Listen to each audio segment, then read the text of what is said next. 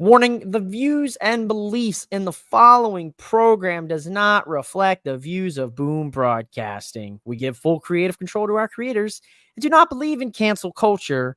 This is the Nightcap. Viewer discretion is advised.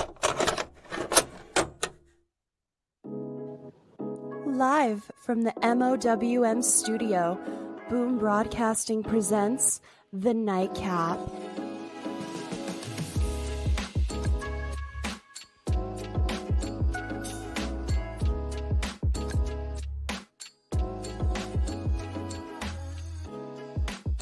And your host of the Nightcap, mouthing off with Mike. Ladies and gentlemen, welcome back to the Nightcap, hosted by yours truly, mouthing off with Mike. And of course, it's Wednesday Night Dynamite, and you know I had to bring it back to the roots, ladies and gentlemen. I've got my two fellow Boom Broadcasting brothers. They are the hosts of Wrestling of Destiny and It Stinks. I got Sean Lucas, and he is the host of Quick Hits. I've got Shannon Smith. Fellas, how you been? Long time no see. Welcome back. Glad to be back, Mike. Glad to be back. Nothing like having the AEW Trios champs when I call us back on the show. We are the real AEW Trios champions, ladies and gentlemen. Right here, the three of us, the Boom Boys. How you feeling today, Podcast Smitty? What's cooking? Oh, man, I'm good, man. Just ready to talk this very, very jam-packed episode that we just had. Very jam-packed, slightly confusing, really good promo work tonight across the board, but confusing booking decisions. So we're going to break everything down for you on the Nightcap. Not to be confused. I just found out today, fellas, that Shannon Sharp has his own show called Nightcap. I don't know if they're going to be sending any letters in the mail to me. They don't have my address. They didn't write me. I'm not writing back. You know what I'm saying? Little Geno Smith. At least this host of the Nightcap ain't going crazy on IG Live. That's all I gotta say. Ayo, it's the Nightcap. This is the Nightcap hosted by Mouthing Off with Mike. So you already know. Shout out to R-Truth, man. R-Truth, baby. Shout out to R-Truth. R-Truth is the gift that just keeps giving every time he gets an opportunity. This guy just knows how to knock it out to keep his name relevant, whether it's in WWE or on a mainstream platform, what just so happened in this Shannon controversy stuff on IG. When I saw he done it, I said, man, only R-Truth knows to capitalize on this. He was doing some play-by-play on the Instagram. That was funny. Man, that was good. That was so good. Shannon's got a lot of content for Quick Hits next week for next week's episode. All day long. So dropped this morning on Boom Broadcasting. I know Sean's got It Stinks coming tomorrow, and he's got Wrestling of Destiny Saturday morning in the lovely 10 a.m. time slot. Great time slot. Derek said, "Happy Dynamite Wednesday, everybody." Happy Dynamite Wednesday to yourself, Derek. Much love. Four Sides of the Ring is in the house. Might have to put up those trios titles. Hey, listen, the Boom Boys versus the Four Sides of the Ring Boys for the trios championships. Now that right there is a cinema match. That's a marquee match. They don't want that. No. They don't want that. They don't want this smoke. They don't want it. Mr. OTM, welcome in, good brother. Enjoyed the show tonight. What's up, fellas? What's going on with you, good brother? Thanks for hanging out with us here on the Nightcap, hosted by Mouthing Off with Mike on Boom Broadcasting, not to be confused with the other Nightcap with Shannon Sharp. I'm going to be making that joke tonight a few times. What's up with the NFL players stealing podcast names? First, it's Out of Pocket. Now the Nightcap. What's really going on? Listen, Derek, RG3 has his own show, Out of Pocket with RG3, that came after our man, the Prez, Michael Davis, and Out of Pocket with Michael Davis. That I can confirm. Michael Davis had Out of Pocket first. Yes, he did. Now, I will say, though, Shannon Sharp did have Nightcap first. I wasn't aware of it. I knew about Club Shay Shay. Yep. I didn't know about Nightcap with Chad Ochocinco. So remember, this is the Nightcap by Mouthing Off with Mike. So there you go. The lawyers can't find me. They can't get me here. The only person that can get me is the Prez. That's Oh, fellas, it's always good when the three of us are reunited. How about we talk a little Dynamite? What do you think? Let's go. Let's get into Let's it. do it. So we kick off the show tonight with Jon Moxley and an incredible promo talking about how AEW is no longer it's their company. The time for diplomacy is done. The war is here. I don't know what to take from that, fellas. And then Christian Cage officially opens up Dynamite, talking about how he's the future reigning, defending, future AEW World Champion. What did you guys think about this like double promo opening segment to a Dynamite tonight? Let's go to Sean and then Shannon. You know, I always say, Mike, when we do Dynamite, if we open up with MJF, it's the best 30 minutes of the Dynamite. No MJF, but guess what? Using Mox and using Christian Cage, it filled the void. I didn't have a problem with the double promo right now. We need to hear from what Mox done on Sunday night, and I mean Saturday night on All Out. We need to hear the fallout why he done it. And they also, and I always say about AEW, when they get it right, they get it right. And when they get it wrong, they get it wrong. But this was a good one they got right because you got that promo. Then you got Tony, because during the whole promo, I said, where's you at? Where's you? I don't see him nowhere. We saw Mox, we saw Claudio. I can't call my girl name, just slid off top of my tongue. Marina. I can't Marina think of her name. Shafir. Yeah, we saw her, but like, where's Yuta? And then Tony did good in the first match with Jack Perry and Leo Rush, saying that Yuta was with Bryan Danielson back in the house, helping him, go through this little recovery period. So I thought they done good with that. And then Christian Cage just knocked it out the box. When the champ's not there, you had the opening promo, opening night. You told everybody, I'm going to be the new reigning defending champ. Pretty much the Bryan Danielson's on borrowed time. I was satisfied. I thought they did good, filling the void and not having MJF to open up, to have both of them open up and continue the storyline of Christian furthering his for winning it and Mox telling the reason why they're taking over AEW. Good points. What do you got, Shannon? Can we all give a round of applause to Christian Cage? He is doing wonderful work here in AEW. He has been the unsung hero. I know he's kind of taken a back seat, the MJF and Will Ospreay and all those guys. He's kind of taken a back seat in a couple of weeks. But this time around, he didn't. I thought it was a great idea to give him the number one contendership. Like anytime he can get a AEW World Championship match, I think it's a good idea because Christian Cage has been doing some great heel work. He's been doing some great work inside of the ring. It was good. I'm so happy about this because at first I was kind of like scratching my head, like, why does he have this? At first, I'm like, Christian Cage, really? I mean, but it makes a lot of sense because he's that heel stable leader.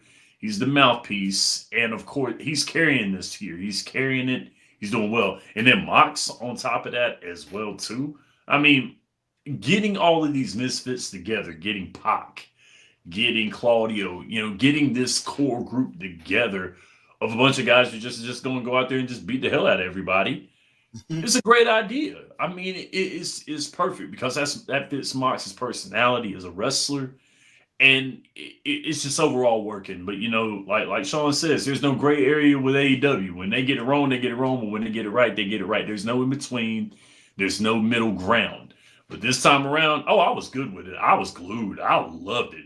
This was a great way to start the show. I like it, fellas. Good thoughts all around here. I did like both of these promos.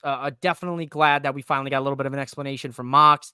I love Christian Cage. Like Shannon said, he's so damn good at what he does, and he's a perfect person to have that championship number one contenders contract. We'll call it the elite in the bank, whatever you want to call it. So he's the perfect person to have that, just to be kind of looming in the distance of like, I could get it at any point, at any time. And he will take advantage of it. What's going on, Logan? Welcome in tonight to the Nightcap. Derek said Christian's doing his best work as a dastardly sinister here. I'm telling you guys, it's something about the turtleneck sleeveless shirts. No, there's definitely some demon juju in that that sleeveless turtleneck, because that is a testament to just how much of a heel he is. He got a turtleneck over, and he got a shirtless, a sleeveless turtleneck over, and it Yeah. works for his character. It works perfectly for his character. And I would knock Christian Cage. I mean, I definitely wouldn't want to knock his WWE career he had over there. But I tell everybody, to me, his TNA and AEW runs to me were better than his WWE runs. And he had great runs in WWE. World 100%. Wonderful runs. But to me, it just felt like TNA and AEW, he's been able to tap into some stuff that you didn't get a chance to see in WWE in his earlier prime days. So I think he'll go down as being a better AEW TNA star than a WWE star in my books. Oh yeah. Oh yeah. Spot on, Sean. Logan said, Shannon Sharp live on IG.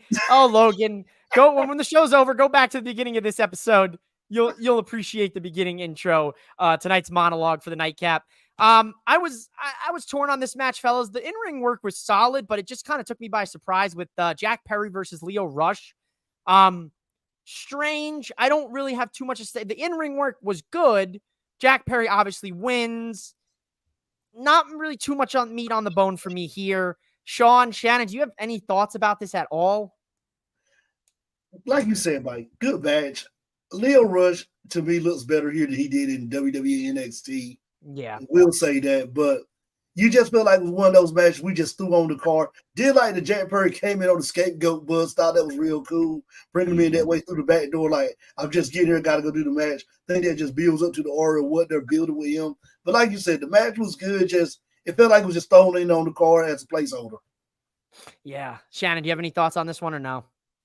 Not really. It was a good match. Like the in-ring work, like you said though, Mike, and like Sean said as well too. The in-ring work is good. It was just one of those like, hey y'all, we just need to kill a little bit of time. So let's go ahead and throw them in here. They're gonna go in, handle biz, leave. That's basically what it was. Yeah, 100%. But we did have a really solid match following this. Ricochet and Sammy Guevara. A lot of people are, not the big fans of Sammy Guevara. I can understand. I think he's a very talented, athletic individual. So I like to see him get some shots here. But him and Ricochet tonight, fantastic stuff. They're jumping all over the place. They're jumping off the top of the entrance ramp. They're flying off the turnbuckles. They're going here. They're going everywhere. Ricochet gets a big win, stacking up those wins that Will Ospreay told him. Go stack up some wins, bruv, and come talk to me later. What'd you guys like here about Ricochet and Sammy Guevara? What didn't you like? Let's start with Shannon this time, then go to Sean. I like this match because, Sammy can put on a very good match. They talked about Sammy being one of the originators of AEW. He wrestled the very first match on AEW Dynamite 5 years ago. It doesn't seem like 5 years, but it is. And Sammy is one of those guys who's going to put on a banger match regardless. So this was a good pairing. I like the way that they paired this match. I like the way that they moved around in the ring. There was constant action. It was fast paced. It was one of those get you going. It was like a good tennis match because it was back and forth and back and forth and back and forth. And that's what it was. You're sitting there watching, So it was very, very good momentum. It was fun. I like seeing Ricochet do stuff like this. I like the fact that Sammy is one of those people he's a good dance partner. They complemented each other. This is why it was a good match. And that's why wrestling is the ultimate gentleman's sport. Yes. I got you, Shannon. Sean, what do you got here? What were your big takeaways from Ricochet and Sammy here? Good match, Ricochet. I think AEW is picking up and showing what a star he could have been in WWE. The first two matches he had. I was still a little mad because he debuted in the Casino Royale and he didn't win. But they have made up with the past 2 weeks of him having great matches on TV. When I saw it was going to be Sammy, I was a little knew he was going to go over, but I like, do we want to not bury Sammy, but have Sammy put him over? Because it wasn't a burial, because it was a good, not a five-star match, but just a good TV match, solid TV match. So I was a little worried about that. But then the one thing I kept telling myself is, Sammy's the tag champ. He's not a singles champ. And if you want to put somebody over, you put them over a tag champ, because they always say the reason why you're a tag champ is because you're a tag specialist. You have a partner. Y'all have master tag team wrestling. So if you want to put over a singles guy, you always use a tag champ to have him lose a singles match versus having the tag champs lose a tag match. So I thought that was a good point right there they made, because at first I was a little skeptical when I saw it, but then I started thinking about, hey, they're doing the right thing. Now it gives a win where you can say he beat the tag champ to start building to that resume to get the Will Ospreay. So good match. Thought the AEW booked that one right. And I mean, like I say, when they get it right, they get it right. This is another one they got right. They got this one right. Put this in the W column. Derek said about Jack Perry, he started off hot. Leo kept the match interesting. Yeah, I will definitely say Leo keeps matches very interesting. He's a damn good worker. Sammy working with the legend Goldust has really done him some good. Very happy Four Sides brought this up. Man, Dustin Rhodes, you got to give the guy credit where credit is due. 53 years old. He still got it in the ring, man. He can move. He can still do it. And he's instilling that wisdom upon these young guys, which is really what you want to hear. Ricochet working with guys he's comfortable with is all we wanted to see as fans. That's right. Four Sides of the ring cooking. Did you notice he came out the heel tunnel? No, I didn't. Yeah, I did not notice that. He did. Oh, okay. Four Sides picking up some things I didn't see. I like it. They also said Christian acknowledging Kill Switch was a big one. That is a big one. Yes, that makes things very interesting. Kill Switch, maybe Luchasaurus gonna break his way through and make his return. Derek agrees. Truly a match of the night candidate. Absolutely. Oh, yes. I think it's match of the night. For sure. From the action we saw tonight, Ricochet, Sammy match of the night for Dynamite tonight for sure. Darby Allin, the man that Mox has been looking for this whole time, these last few weeks, and that this is where things start to break down for me, fellas, with the booking. Now, Sean mentioned it twice now. When AEW does something good, they do good. They knock it out of the park. When AEW does something a little bit murky, it's very murky. That's so true. Fellas, No I'm brainer. confused. I'm confused. Maybe the two of you can break this down for me. Darby Allin has a shot at the AEW World Championship at Grand Slam. Moxley decimated Danielson at All Out with the plastic bag. We know that. We saw that. We were a little disturbed by that. Now, Moxley wants Darby's #1 contender shot at the title, and now they're going to have a match at Grand Slam, but Moxley says that Bryan's not able to compete. So the match is made official. Darby Moxley, #1 contendership at Grand Slam.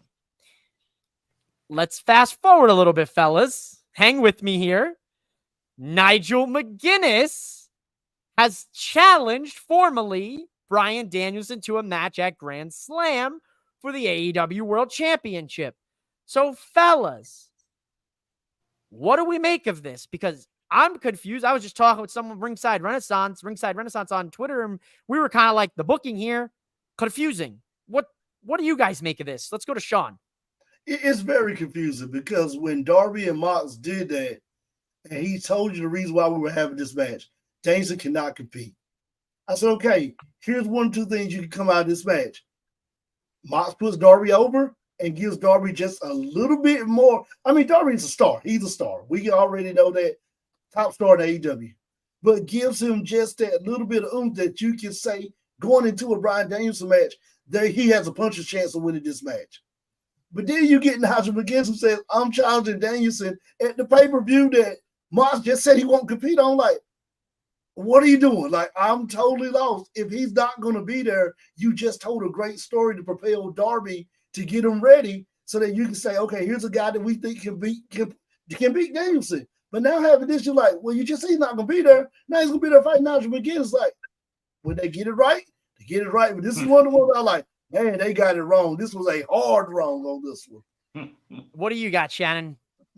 I think that it clouds Darby. Darby's moment is supposed to be at Grand Slam. You know, he's supposed to win this match. I don't see Mox winning it.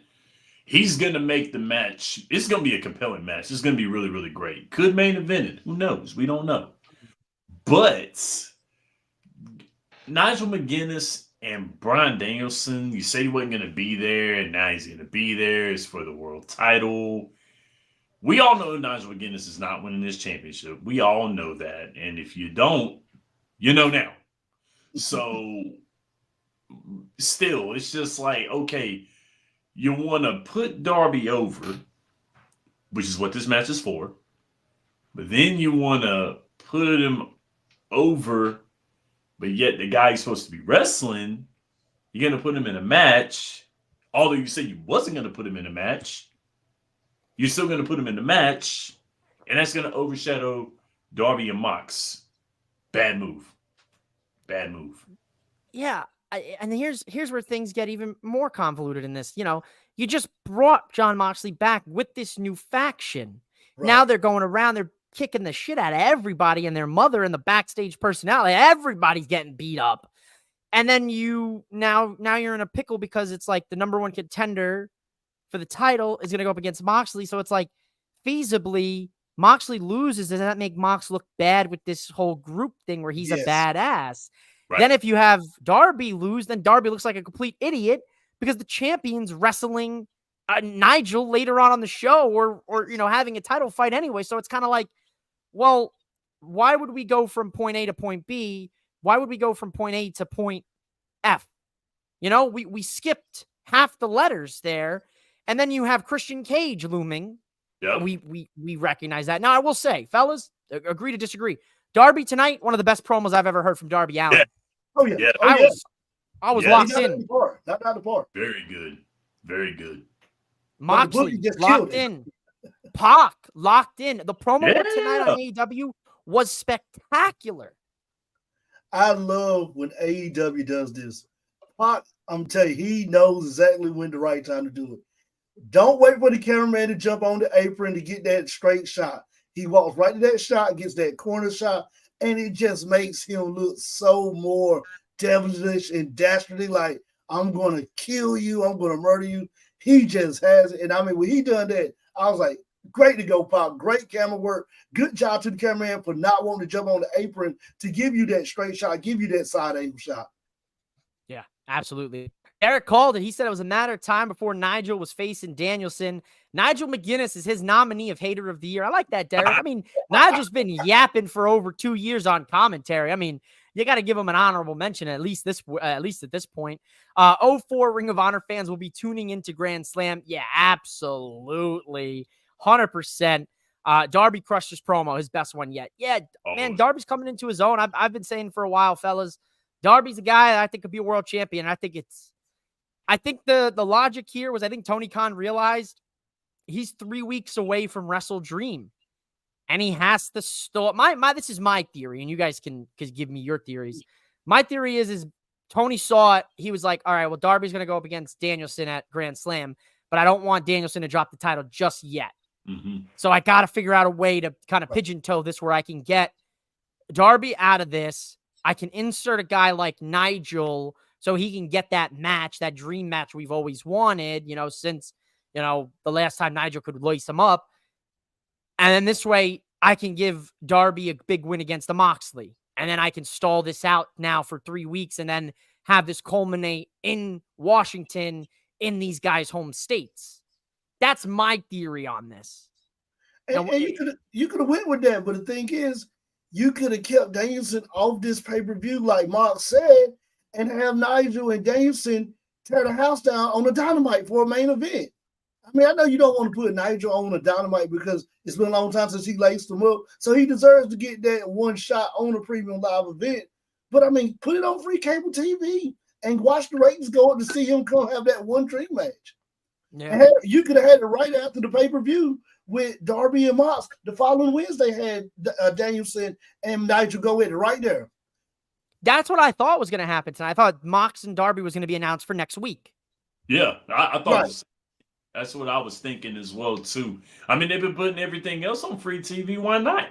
Exactly. Yeah. I mean, technically, Brian and Nigel is on free TV. Grand Slam's just the glorified Dynamite pay-per-view event. So yeah, I guess it makes sense, but then it's just that those were like clumped up tonight, where it was like one happened and then the other happened right after, and then you're sitting there like, well, this guy just said, but now this guy's saying, huh? Right. Huh? What are you talking about? But Grand Slam is free TV. Thank you, Four Sides. I appreciate you. Tony Khan has no clue what he's doing, clearly. Dwindling numbers are facts. John, I respect that perspective. I'm not a person that really looks at ratings. I look about what I'm looking at on TV, and yeah, tonight this was a convoluted part of Dynamite, but I still think overall it was a good show. Oh, It yeah. was. And I think, people are very critical on AEW because they're the new kid on the block, right? They've only been around for 5 years, and they're expecting these numbers to be at the level of a WWE who's been doing it for 35 years. Right. Mm. I think sometimes the slack needs to be cut, but then there needs to be a point where you have to hold them accountable, like we're doing tonight, where the story didn't track, but No. we're willing to let it play out, and let's see if Tony can right the ship and then kind of make everything make sense. But I do agree, big Dynamite tonight, and you have all eyes on your product after what you did at All Out. How do you follow that up? That's the piece of the puzzle. Hangman, I don't even have this on the notes. I just kind of forgot about. Hangman said tonight, fellas, that if Swerve bought 1,000 houses, he would burn down every house. Hangman did not answer the question that Chano from Four Sides of the Ring and myself asked on the All Out Nightcap, which was, Hangman, what was in the needle? Smallpox. Because, smallpox. Chano said chlamydia. He said enjoy the itch. I said I don't know. Could have been some super syphilis. Yeah, I don't know. It could have. It could have been like Chano said, to sleep forever. I don't know what it was. I don't think we'll ever know what was in that syringe. But I do know Hangman's an evil son of a bitch. Yeah, whatever it was, you don't want he has come into his own as a heel. I mean, Yes. he has. Yes. From the And swerving. would you say he's justified though in his loss of the plot? Is he justified? Yeah. And the thing is, you won't after watching that match, you can't cheer for him no more. But if you didn't watch that match, you would want to cheer for Hangman because he said again tonight when he said, "I burned down 1,000 of your houses. I want to make you pay for what you've done to my family." Bam. That's what a babyface would say. You came to my house. You disrupted me and my family's day-to-day operation. You came on my property, and as a babyface, I want to kick your ass all over town. All over. So you would think he want to be a babyface, but he's a heel. He's a heel all the way. Watch that man. He's 100% heel. Yeah, hands down. I mean, he's got heelish tendencies, but that's him and Swerve, because you look at both of these guys and you're just like, who do I cheer for? Right. Yeah. And you don't know who to cheer for but at the end of the day, we win off of this rivalry here. This rivalry is up here in wrestling right now if AEW plays this perfectly, which they are. Let's give credit where credit is due. They're making this very, very believable. Mm-hmm. And this rivalry is getting up there with Punk and McIntyre. It is. And, yeah. I mean, I think they blew them out of the water. I think you're right. I think you're right, because this is really personal right here. This is really personal. So I'm like, oh my gosh, this is gonna boil over the way it's boiling over right now. Man, this is good. At this point, fellas, there's only one solution. At this point, we're gonna have to take the words of wisdom from Arn Anderson. That's it. It's Hangman and Swerve. Get them in an old-fashioned duel, baby. This is the 1800s. 12 paces north. Turn around. And that's it. That's how you end the rivalry. Every heel has a babyface origin story. Hangman is a great example. Correct. Derek, yes, sir. He's got that Thanos in him, though, man. So that's what that is. He's got that Thanos. The spot with the Dark Order was perfect. Yes. It was. Yes. I like that. Yes. Went back through his past, and everything. Those guys sitting there with the look like, don't do it, man. Don't do it. Like, we don't even know you. Evil Uno with the I don't even know who you are anymore. Right. Oh. Right. Oh, man. Man, this is good. This is really. It's got to keep going. Yeah, they're feud of the year. Oh, yeah. It's got to win it. Running back. Yeah, well, I mean, while we're on the subject of feuds of the years and list, Sean, I got to hear your thoughts here on this PWI wrestling top 5 list, dude. We talked a lot about this the last couple weeks on this nightcap. I think the number one shocker for me was not Cody Rhodes being number one, was not Roman Reigns being left off the top 10. Right. I think for me it was the fact that Joe Hendry wasn't in the top 10, like we talked about. That was kind of hurting me right there. MJO dropping down to I think 7 or 8. That kind of got me. I was like, he should have been in the top 5. Joe Hendry, definitely, if you don't make him a top 5, he should have been a top 10 guy for what he was able to do. I mean, he brought a new group of people to wrestling, the TNA. He put eyes. I mean, I tell everybody, the guy put eyes back on TNA. We watched TNA, but were we really watching it? Was like we just watched on Thursday night because we like watching wrestling, or were we watching it? He brought people back to TNA, especially with the NXT partnership. Because when he came to NXT, WWE fans migrated back to watch Thursday night TNA. Guys should have been in the top 10. I think PWI robbed him.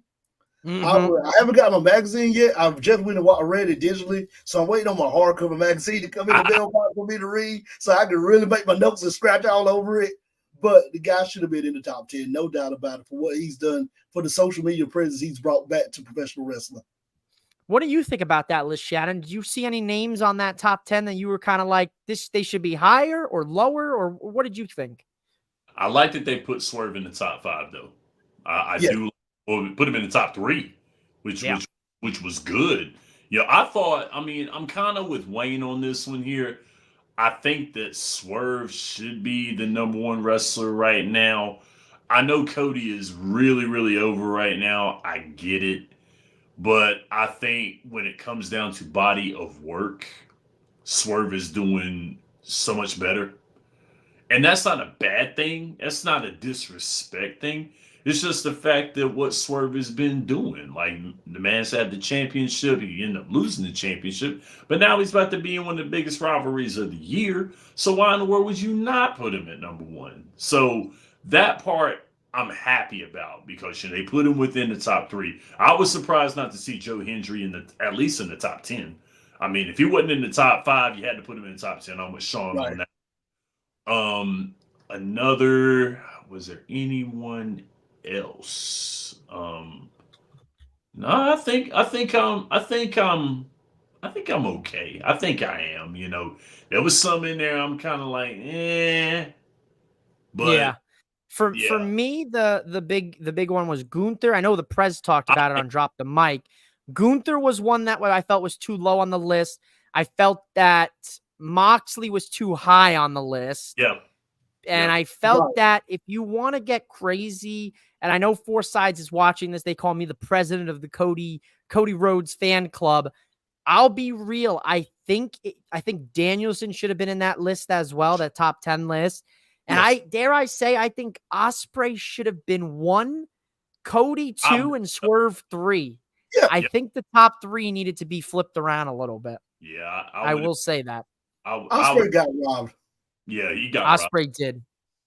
I thought you should have been in the 3. Right. It should have been either. I'd have been fine with Ospreay, Swerve, Cody.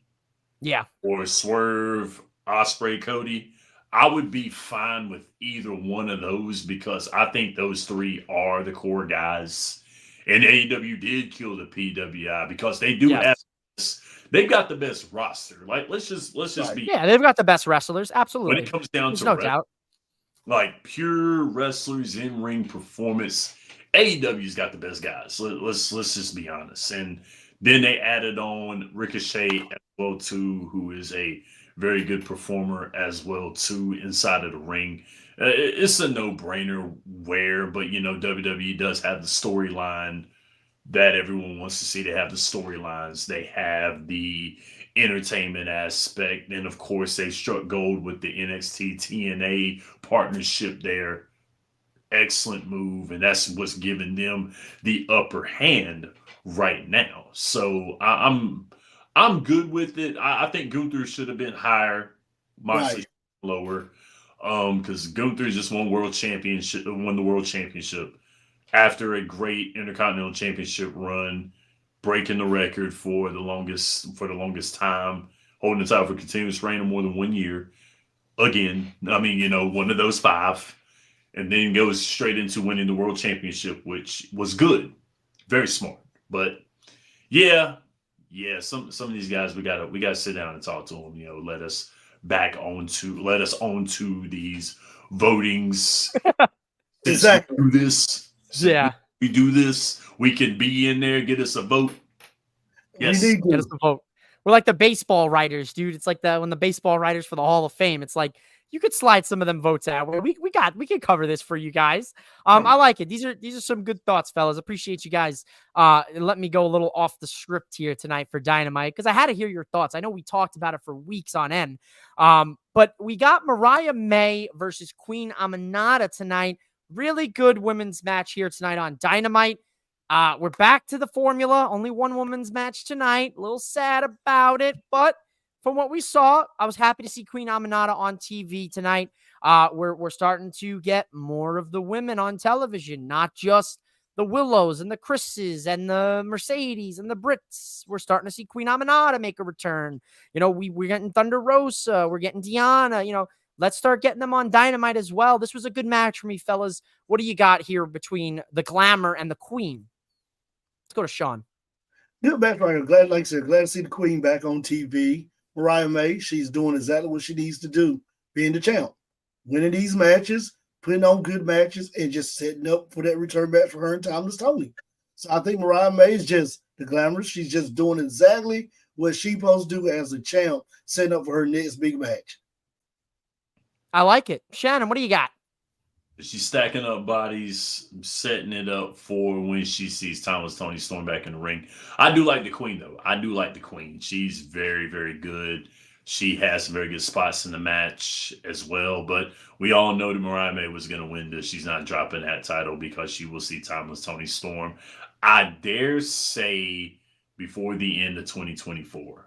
Oh, yes. Oh yeah, absolutely. That one's coming down the pipeline real soon. Yeah. Much shout out to Queen Aminata. Glad to see her back on Dynamite now. She's got the look, she's got the talent, she's got the promo work. No reason why, we won't be seeing her consistently on AEW programming. So shout out to them. That was a good thing. When AEW does it good, they do it good. Like Sean said, this was a good thing for me. The learning tree finally was in trios action. Hi, guys. I'll be real, fellas. He's growing on me, Mr. Chris Jericho. All right. He's growing on me. He's growing on me. All right, that's it. Wait the bottle. Did you hear that? They've been wearing me down for months on end, and about this Jericho vortex. Well, I said this a few weeks ago. It looks like he was getting pulled into the vortex, and Orange Cassidy is fully locked back in to the Jericho vortex. Dare I say, Chris Jericho, I'm sorry. I'm sorry for doubting you, because this guy tonight wore the exact jacket from 4 years ago with the orange juice stains and everything. The fact that he kept the jacket, 10 out of 10, Chris. Jericho, Orange Cassidy next week. And Orange Cassidy paid him the money, guys. Put quarters in the Bentley. Now, when I saw the bulldozer, I was like, "Oh, AEW's just ripping off the Attitude Era. They're doing the what Austin was doing Vince's rides, his cars." And then he dumped out the quarters, which made me hysterically laugh because of how anticlimactic it was. Yeah, I loved it. Just change hitting the car, dude. What this was good stuff, man. This is good stuff. When Orange Cassidy took the $1 and got his change on that one, he took the $1 out, 4 quarters. You just put it on. You just put it right on the head cushion and just walk away. It was perfect. Jericho just my car. My car. I love Brian Keith. That's a Bentley. That's a Bentley. If nobody says AEW doesn't tell long-time storytelling, this right here should give you everything you need to put in your checkbox. 4 years in the making. And I mean, the one thing about it was they found a way when the Cook got out of the Jericho vortex to pull Orange Cassidy back in, reconnected to something that happened 4 years ago to make you feel like, okay, this happened last month. I remember when this happened. Even though it was 4 years ago, you think it maybe happened last month. So AEW, I mean, they tell long-time story, and Cassidy tonight was just two guys who are going to bring the best out of each other with promo work and the stuff like this was these two. Their original feud was so funny. It was so good. Like, it's for having to be stuck in the pandemic and all that shenanigans. Right. They knocked it out of the park. And, that was definitely when I was on the Jericho train. I fell off a little bit here, but I think as soon as I'm out, he pulls me back in, man. I'm an apple, man. I'm a branch on the learning tree tonight, folks. You heard it here first. I'm taking it all back. I was wrong. Now, the tag team casino gauntlet match, fellas, the main event of AEW. Really good stuff. The only thing I have to say on this, would have liked to seen Private Party in the match, not get the shit kicked out of them by Jon Moxley and his new BCC. Now, I'm going to leave this up to you guys. You take control. Talk to me about the main event. Let's go to Sean and then Shannon. Good main event. I do like the casino gauntlet matches. Only thing about it, the tag match felt like it got a little busy one time. People were coming out a little bit too at a faster rate than what I want. I want to see it build up, then a team come out. Like the FTR, Will Ospreay, and Fletcher should have been the match for the number one contenders right there. The way they opened up with just those two in there, I said right, I got a note in my book. You don't need to bring nobody else in. Let these two teams fight. Let whoever wins be the number one contender. But I'm glad they did bring in, I tell you, they just growing on me. What's the names again? The Outrunners, Outsiders? Yes, the Outrunners. Yes. Hey, I like those guys. This is like my third time watching them on TV and catching them on some YouTube clips. I like the way they wrestle, old school style. Yep. Give them a manager and propel them up in the tag. They have a manager. I don't know her name, but they have a female manager who matches their energy. She's got the crazy hair. She's got the 80s fit. So they got it, dude. I like them too. I agree. Propel them up the ladder. I like the way they worked tonight. I also like the Righteous Group. They were pretty good. I like how they worked tonight. I said, they look like they could do some good work in the tag division. AEW has a good tag division, but I think so many times, and I know for myself, I get caught up with the Bucks, FTR, and the Acclaim as the top three teams I want to see. And you forget about the Outruns, the Righteous, all of them. So I think it was a good showing of everybody tonight, but I just felt it got clunky because it was just too many teams one time. I'm like, okay, I can't keep up with everybody.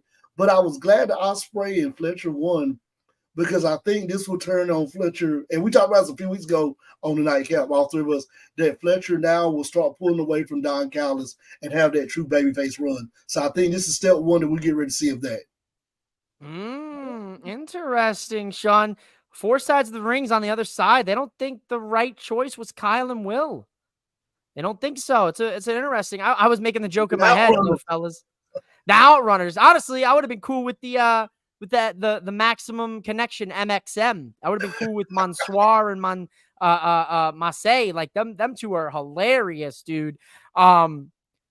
She could work as well. Put some respect on Layla Gray. I didn't say anything about Layla Gray, about Top Flight and the flight attendant gimmick. I love what they're cooking up with Top Flight with this whole she's the flight attendant. Derek loves the Outrunners. Love to be lost in the 80s. Yes, sir. Yes, sir. I love it. Shannon, what do you got here with this main event? I was getting ready to say something like, y'all not going to mention Top Flight in here? They had some really good spots in this match. I like Top Flight. But the Outrunners, I do like the Outrunners. And I was like, man, they might win this. Because at first, they were kind of pulling me. Because I was like, Kyle and Will Ospreay, they're going to win this match right here. Kyle Fletcher, Will Ospreay, they're going to win it. It's going to be catered to them. But then all of a sudden when the team started coming out, I'm like, the Outrunners might do this. But then I was like, nah, I know how this is going to be. But the way they played it up to them winning was good. So it wasn't like, oh, we knew it was going to happen. Oh, we knew. But there was a possibility of, oh, well, maybe they might win it. Exactly. So it was a possibility. I'm okay with a predictable outcome as long as you make me think that it's not going to happen. I'm good with that. But if you pretty much just give me something that I know I'm going to see, I'm like, it wasn't worth it. But no, they didn't do that. No. This was good for me, fellas. I think for me, the two best parts of this whole thing was FTR and Grizzled Young Vets getting themselves the hell out of the match, beating the hell out of each other because they've got a match Saturday on Collision. And I think the best part was the fact that Don Callis approaching Will Ospreay to tag with Fletcher and basically saying, look, hey, I let you out of the family. You remember that favor you owe me? I'm cashing in on that tonight. I want you to tag with Kyle because you two are unbeatable. And sure enough, there we go. And I don't know if Takeshita, there it is. And then did you see that look Takeshita gave him? Yeah, right. But then he made it right when he had Takeshita confront Okada. Right. So I don't know how long this Don Callis family's lasting. Like Sean said, I think Fletcher turns to a babyface. I think Takeshita gets his babyface run too. I think that whole Don Callis family is broken. Yeah. I mean, it's coming soon. It's only a matter of time.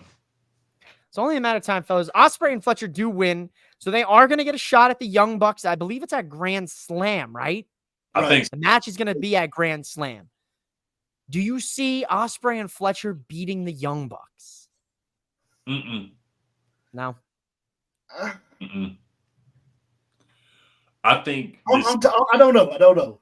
I think this doing what Sean is talking about, how this is going to set up a face turn. This match will probably be a setup for a face turn, which will be probably what it is. But if it is a face turn, then they probably have to win. Right. That's what I was just thinking. Yeah, they probably have to win if it's a face turn. So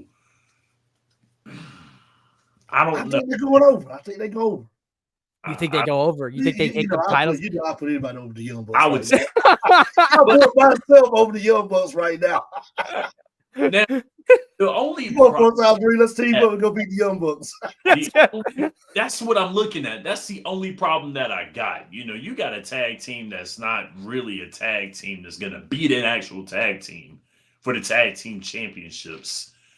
And I know that Ospreay's not doing anything right now. I know that. I know they want to build a story with him and Kyle Fletcher. I get it. But do you really want your tag titles to be won by two singles guys? It's a good question.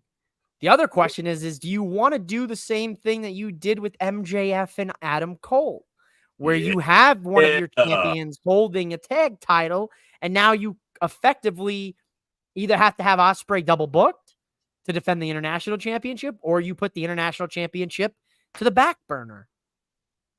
This is a very, I don't think they win just for that point alone, like Shannon said, because you got two singles guys. Now I know Aussie Empire and everything. They used to, throw your shields up. I hear you guys. I know you Aussie Empire fans. But they're singles guys now. Yeah. Shannon brings up a valid point. Sean, dude, I'll book us right now. You and Shannon are now the AEW Tag Team Champions. That you've defeated the Young Bucks. How do you feel?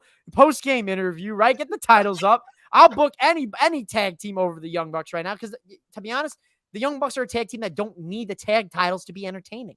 No, they don't. I think they'd be more entertaining being the EVPs and being a pain in the ass to whoever the tag champs are. Yes, and they can play that role just like Mr. McMahon did with Stone Cold back in the 90s. We're the EVPs. We're in charge. Hey, guess what, Ospreay? We're booking ourselves in the match tonight to face y'all for the titles. Even though they find a way to win, Ospreay and Fletcher, but we're going to just every week just stick it to the fans and make them hate us even more. That's what they can do. And it will be entertaining. It's a good way to get heel heat. Exactly. Yeah, that'll good way to get heel heat. Yes. I'll take versus twice on Sunday. Yeah, Takeshita's due. Takeshita's due. He's due another great match because that man can wrestle. He can perform. He's very, very good. Yeah, and Okada and Takeshita is going to be good as well too. That's going to get Okada out of this being a goofball thing. It was fun. I liked his promo tonight. I liked it tonight where he was seeming like, no. I like that. I can live with that. That right there is great. I can live with that. For real, because he just was being the villain. It seemed like at first I was like, here we go.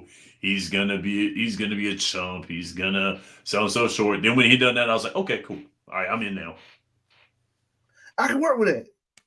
It's like when he gets with the Young Bucks, he gets to this little Goofy Vortex, I'm like, this is not the Okada I No. watched destroy people, the Rainmaker, destroy people in New Japan all throughout these years. Like Mm. Claudio said, find that guy and bring him to AEW every Wednesday night on Dynamite, and people will be tuned in to watch 5-star matches with him with anybody. Absolutely. 100%. But that's the crazy part. It's like Wayne talked about how he had never really seen Okada in Right. his New Japan time. So all he is familiar with what he sees on TV now, and he Man. likes that Okada. So like I see we're in that kind of perspective where we watched him in New Japan. And then you have some of the fans that may not have seen him in New Japan, and this is how they're getting familiar with him and they love him. You know, we long for the old Okada. They love the new Okada. He's Right. got to find that happy medium. You can be funny and serious and lock in, as they say. Like, I think he has to find that balance. And I think Takeshita is the one that helped him find yeah. it. Because yeah. if I think Takeshita has to beat him. Has to Yeah. beat him for that Continental Championship. It has to be Yeah. Takeshita. Nobody else has to be. And then he starts going through that cycle of getting out of being what we see every week, you know, that little Goofy Vortex, that Goof trip, getting back to the old Okada that was putting on great matches every time he stepped in the ring. 100%. And then Forsyth say Don may cost them the match, which will end up in the departure of That's the Ospreay one. from the Don family. I There was you go. That's That's the another one. wrinkle, right? You got to worry about that scarred, bald-headed son of a, you know. I gotta try to tone down on the cursing on the nightcap. I know you want to hear it. I know the people want to hear it. I know you want to hear me say all kinds of belligerencies here. I gotta tone it down a little bit. I'm a classy man. Okada having fun is really good though. He'll tap back into himself, but he's having fun with his friends. I Yeah. agree. Yeah. It's cool for now, but there has to be a point where when push comes to shove, he's got to tap into his old self. He does. Right. Yeah. Fellas, any final thoughts on Dynamite before you guys promote what you guys got cooking this week? Good show. Like we said, you know, cram, jam packed, kind of bumpy in the middle, starts off hot, bumpy in the middle, ends good with the Casino Gauntlet match, but good show. I mean, AEW, they put out a good product tonight. Very impressed. Good. Shannon. I was pleased. I liked it. It was a little bit of chaos in there, but a little chaos is good every now and then. I liked it. Good stuff. All right. I like it. I think the highlight of the night for me, definitely seeing Queen Aminata, Ricochet, Sammy Guevara going out there doing the damn thing. The Casino Gauntlet match was fun for the tag team number one contendership. Definitely Jack Perry and Leo Rush. I have already forgotten about that match at the top of my head as we rattle down the end of the nightcap tonight. So they're, you know, like Sean said, when AEW does good, they do good. When AEW does bad, it's bad. Tonight could have been a stronger post pay-per-view show, in my opinion. Yes. Yeah. But they were backed against the wall because 3 weeks from now, they've got Grand Slam. 2 weeks from now, they've got Grand Slam. 3 weeks from now, they've got Wrestle Dream. So things are moving pretty fast in the world of All Elite Wrestling. So we'll see what cooks next week. We'll see if Tony Khan can make sense of what happened with the world title picture. And we'll see if we get 2 women's matches back on Dynamite next week. Sean, Shannon, my good brothers, my boom brothers, what's coming down the pipeline for your shows this week on Boom Broadcasting? Let's go to Shannon because he's right next to me. And then Sean, you close this house down. Well, both podcasts that I'm on, you know, the Cat Cave, of course, catch me in the Cat Cave on Tobacco Sports Radio. We dropped our episode today. We usually drop it on either Tuesday or Wednesday. We ended up dropping it today.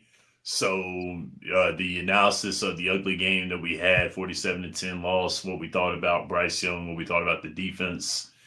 We cleared the time. Then we also talk about our time with Southern Distillery over in Statesville. You know, we got some pretty good video from there, got some pretty good pictures as well too. So it was really, really good. Also catch Quick Hits this morning at 9:00. We dropped episode number 10. Very, very good show. Had a good time with it. Hopefully y'all enjoyed that. Tomorrow, I will be on Desmond Johnson's show breaking down some NFL football. making the picks for the week. So check that out on Tobacco Road Sports Radio's YouTube channel. It'll be around 7 o'clock. So catch that. If you're not doing anything on your Thursday, if you're not watching TNA or you're not watching New Japan, go ahead and watch that at 7 o'clock. Because it's going to be about a 20-minute segment. Me and Ryan Smith, no relation, but he is my cousin somewhere down in the family tree. We're going to be there with Desmond Johnson making some NFL picks. But other than that, it's been a week of podcasting for me. Had a good time. This is the 5th podcast in like 4 days. I got one more tomorrow. Who knows what we got going on Friday? But until then, I'm Shannon Smith, and this is Quick Hits. I love it. Sean, what's coming down the pipeline for you and your content on Boom Broadcasting? Good brother. Tomorrow morning, 10 a.m., we're dropping Instincts again. We're going to talk about Big Brother House, day number 59 in the house. Tomorrow will be day 60, 59 days in the house, getting down to the final 9. Things are getting back to how we used to watch Big Brother, so it's getting back to the original ways now with all the new stuff they brought in this season. We'll be talking about that. We're talking about The Killer on Peacock. Great movie. Go ahead and plug it right now. Go watch The Killer on Peacock if you have not. Very good movie. Watched it last week, so we're going to talk about that. Get some people to go watch that. Also going to talk about a little bit of the VMAs that happened tonight. I had Big Brother on AEW and the VMAs, trying to watch all 3 at one time. And have little Lucas taking notes for the VMA. I'm taking notes on Big Brother AEW. So we'll talk about the VMAs, but we'll definitely dive into the VMAs even more next week with some stuff that I threw out there for people to go in the content box that we can discuss. Jumping over to tomorrow afternoon, 4 o'clock. 3:30 start time, starting 30 minutes early, or it could be the original 4 o'clock start time. Studio 67, Nash Community College, NCC, Studio 67. If you want to learn about Carolina high school football all over North Carolina, from the mountains to the coast, we talk about it. We break down some of the big games. We got some big ones in our area. We actually would have been coming up to Shannon's Way for the Southern Alamance game, but we'll be down in Fayetteville for the Hope County 71st game. We got pulled that way. So we'll be talking about those games. And also on 10 o'clock Saturday morning, WOD, we'll be looking at the PWI top 10, looking at All Out, and looking at some other stuff. Be talking about my guy, Joe. Is he doing a good job being the new voice of Monday Night Raw? Won't spoil it right now, but that will be a topic we talk about on WOD at 10 in the morning. So thanks, everybody, for tuning in, and keep tuning in to everything we drop on Boom Broadcast and all our other channels we're on. Absolutely. Ladies and gentlemen, these 2 guys are some of the hardest working guys I know. They've got shows on Boom Broadcasting. As you heard, Sean, he's covering North Carolina high school football all around the area. He's going left, right, upside down, which way, all over to provide you guys with some amazing content. And he's got 2 shows on Boom Broadcasting. Of course, Shannon has Quick Hits that dropped this morning. Like Sean said, Instincts tomorrow. Wrestling of Destiny Saturday. Make sure you head over to Studio 66 on YouTube. Give it a search. I'll have it in the description of this video as well. For me, folks, just go out there, subscribe to Boom Broadcasting. Follow these 2 incredible fellas here. They're doing big things. They're having fun with it. They love talking about sports. They love talking about wrestling. And that's why they're some of the best brothers I could ask for. I'm mouthing off with Mike. This is the Nightcap. Thank you guys so much for tuning in. I'll be back Friday to talk SmackDown. But go out there. Have a good night. We're out of here, folks. Thanks for watching the Nightcap. Bye, guys.